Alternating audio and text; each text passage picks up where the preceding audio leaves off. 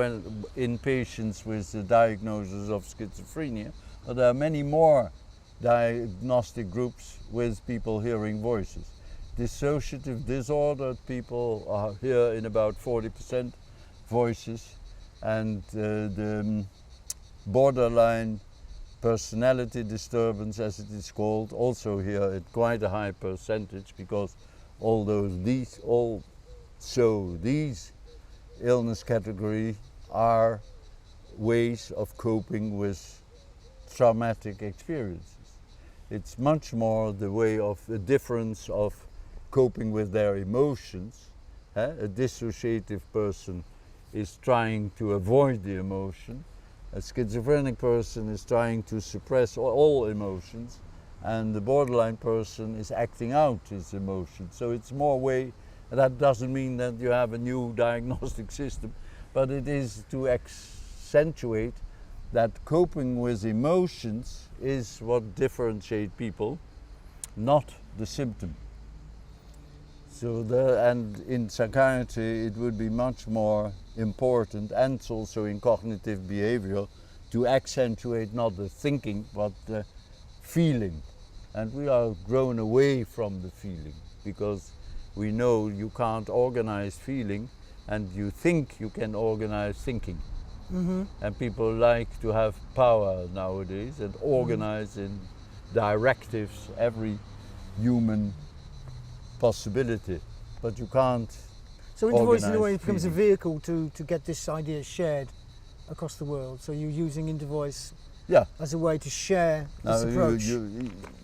Those people together were thinking of spreading, and I think a lot there's in hearing, living with voices, you will find part of history at the end, in the acknowledgement how many people have been involved in spreading the idea and going around. So you couldn't do that on your own, and it's not sensible to with Sandra and me.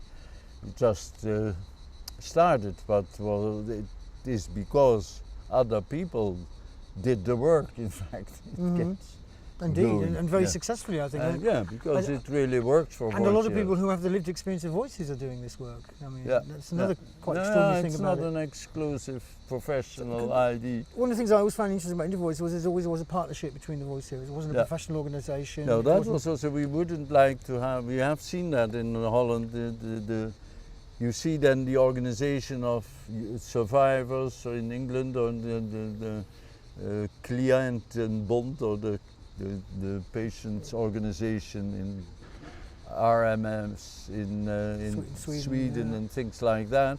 They easily get into a battle with the professions.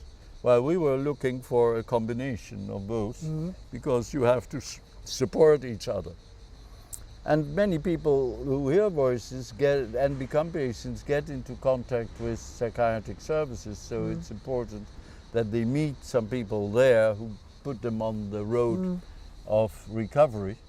And that is what you see in these recovery stories, that it's always very often somebody from the profession, but then the lower class in the profession, like the support worker, and who stimulates a person to go to a hearing voices group. And also, increasingly, there were Intervoice meetings, annual meetings, which took place, I think, in places like Dundee and Maastricht. Yeah, and Gloucester. In Gloucester. And Maastricht again. We put it. And one time in Perth in Australia. And Denmark as well. And I think we started, Ron was always organizing it in England and we in Maastricht. And then after a while, I think we got in the years of 2000, we got out of this rhythm, and Denmark in 2007 organized the Intervoice meeting, and in 2008 it was organized by the Australians, very well organized also. And now then we had the last year again in England, but not by Ron, but by Peter Bullimore and the network. But also it's not now the Intervoice meeting, is it? It's Intervoice meeting and the World Congress.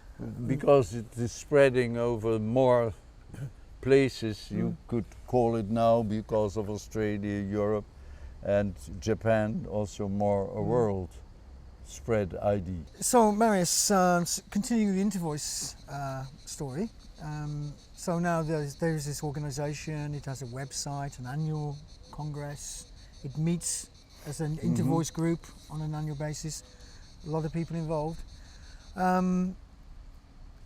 But there's always been an issue about how it's kind of led, constructed, and there's been some changes around recently. Yeah, I think in 2007 in Copenhagen, the people came together, and they also like to have more a organization with a lawful base, and also an organization where people could vote for decisions. So there we promised, I think, that we should make a formal lawful base for Intervoice, and that's done because we then went to London because decided to have an English firm to start with, because in England you could go to a charity, and a charity gives you the possibilities to get money from people who then are able to deduct what they give from their taxes. But in fact, I think you will have to develop a firm in different countries. But we started in England because England is the most active network. And the next step was in 2009 in Maastricht, where there was a board voted by the participants of the first World Congress, because by now it was divided about all around the world, so it was also realistic to call it a World Congress. And at that Congress, the part especially for voice-hearers and people involved in the network, they voted for the board we have now. And this board has taken on a consultant to try and find out how best we could work together as members of the board. And I found it a very nice moment to step out and have Derek, who has been working with us from the beginning, and others like Ron Coleman and Jackie Dillon,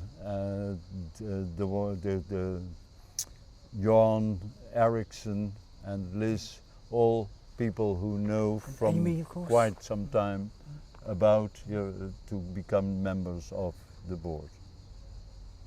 So, I suppose the last part of the interview, I'd like to think about the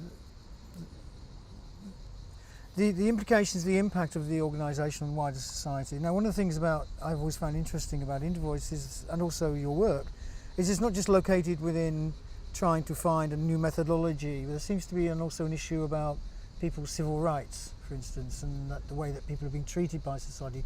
Could you tell us more about your ideas about what voice hearing represents and who these people are? Yeah, in that sense, I think it's good to compare it with homosexuality, because when I was a young psychiatrist, we still in our training learned some methods of making heterosexuals out of homosexuals, which was naturally now seen as absolutely ridiculous. But at the time there were still people believing that. And still, naturally, it is a human variation which also provokes resistance, and especially in certain religious groups. But in fact, it is now emancipated and accepted as a human variation in our Western society. And I think hearing voices would also have to develop that way, to develop it as a human variation that should not belong to psychiatry or the care of psychiatry, only for those who really don't know how to cope with it, and then they can be supported by their own groups, and in cases where the whole area of problems around the hearing voices are too heavy, then it's reasonable to involve psychiatry. but not because of the hearing voices, because of the whole consequences of their traumatic experiences.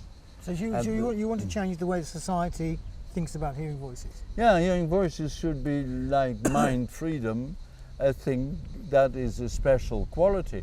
And you should also be positive about it, because it has helped very many people to have, like Ron said yesterday, would Beethoven ever had made his nicest composition if he hadn't heard the music? And that was in his head. And has Socrates ever been a philosopher of that level if he had heard not his voice? We make patients out of possibly a number of very gifted people. They will be not all gifted, but I mean, that's something else. But by now, by discriminating against them, you also make things, you molest creativity and cultural and spiritual.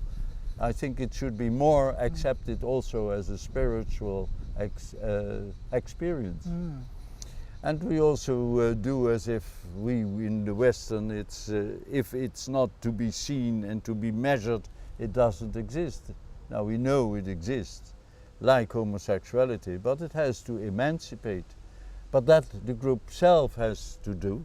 So therefore we are Intervoice stimulating also hearing voice hearers to emancipate and come out, like coming out is a term for homosexual. It should also be a term for voice hearers to come out with their hearing voices and say, I'm proud of hearing voices, because for me it's a specialty and I have an extra capability. I mean, one of the reasons why people don't do this is because there's such a bad press for people with the hearing voices. So many times in the newspapers you read of very serious incidents and you know, and for instance I do this thing where I Google hearing voices sometimes to find out what is in the news, and it's usually bad news. One of the questions is, what about these poor people who are stuck in prisons and who have never been helped? I mean, what has happened there for those people that they found themselves in this situation, and how can those people be helped? Now, I think that will be also a lawful problem, that we have laws in Europe about anti-discrimination and we don't use them enough, and perhaps Intervoice can play a role in starting to use anti-discrimination roles against schizophrenia and the way people who are treated while they have a diagnosis that is not based on any scientific validity. So and then hearing voices in itself is naturally also an offense against the person when you discriminate him as a mad person. But that depends on the whole thing of psychosis. Psychiatry have, I think, to change, and it's normal that after so many years a profession will also have to change things, because new knowledge makes it possible to have new ways of helping people and accepting people. Like homosexuality is accepted, hearing voices should be accepted, and the concept of psychosis should be abandoned, because that is only telling, I don't know. When you get the diagnosis of psychosis, it is in fact the psychiatrist tells you, I don't really know what's going on. And I'm not really interested, because they never learned me to ask about the background, to ask about the experience. I only look at the outside. I don't look from the inside, from the experience itself. I mean, just take that a little bit further. I mean, I know, for instance, I read in the newspapers a lot whereby somebody has done something which has got them into serious trouble with the law. And part of the court case will be around the issue of the voices. And often you will find out that that person actually did have contact with services, but somehow it never helped, or the treatment they offered didn't assist. I'm just wondering, because this is if the first thing that comes to people's minds when they think about hearing voices is usually dangerousness. Do you think they never change this? Oh, yeah, but it is already changing a little bit, I think. I mean, you are not anymore listening to this lady Wallace. No. Marjorie, yeah. Marjorie Wallace was a person who has been very discriminating the people with schizophrenia because of should be they are thought to be dangerous, while it's research enough that they are less dangerous than the general population. But that has changed. I think people now don't look as negative, and in Holland it's also typically an English problem. In England the negative idea about hearing voices is more in a dangerous, and perhaps in America, yes, but in no. Holland No. the press has always kept these persons out of the public area. They saw them as not being responsible for the crimes.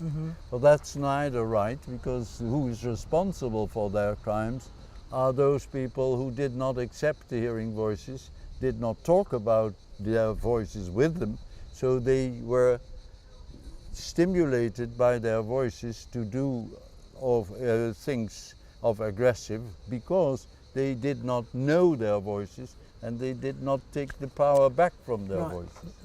So it's the professionals itself who make this problem by not knowing how to relate to people hearing voices.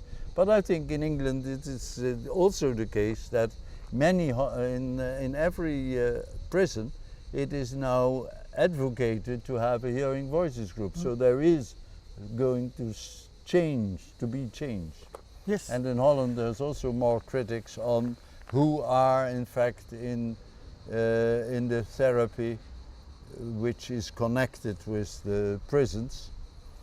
I don't know the word for it in English, but you have a system where a person is put into a treatment obligatory service, and then sometimes it is because of things that have happened long time enough, and not seen anymore as something that you should communicate about.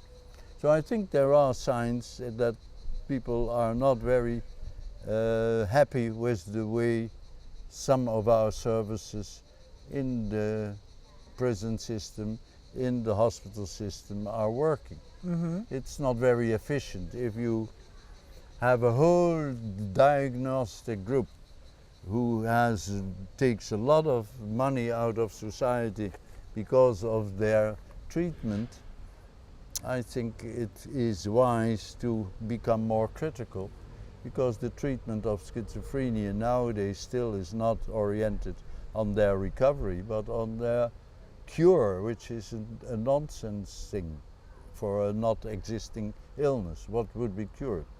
So it's the problems these people have to live unsupported that might be a reason to treatment, but that's not treatment, that is supporting them to function in society. But then you have to understand their way of thinking, their way of feeling, their way of experiencing. But that is a development which, after another 50 years we might say, how strange have we been going on with people with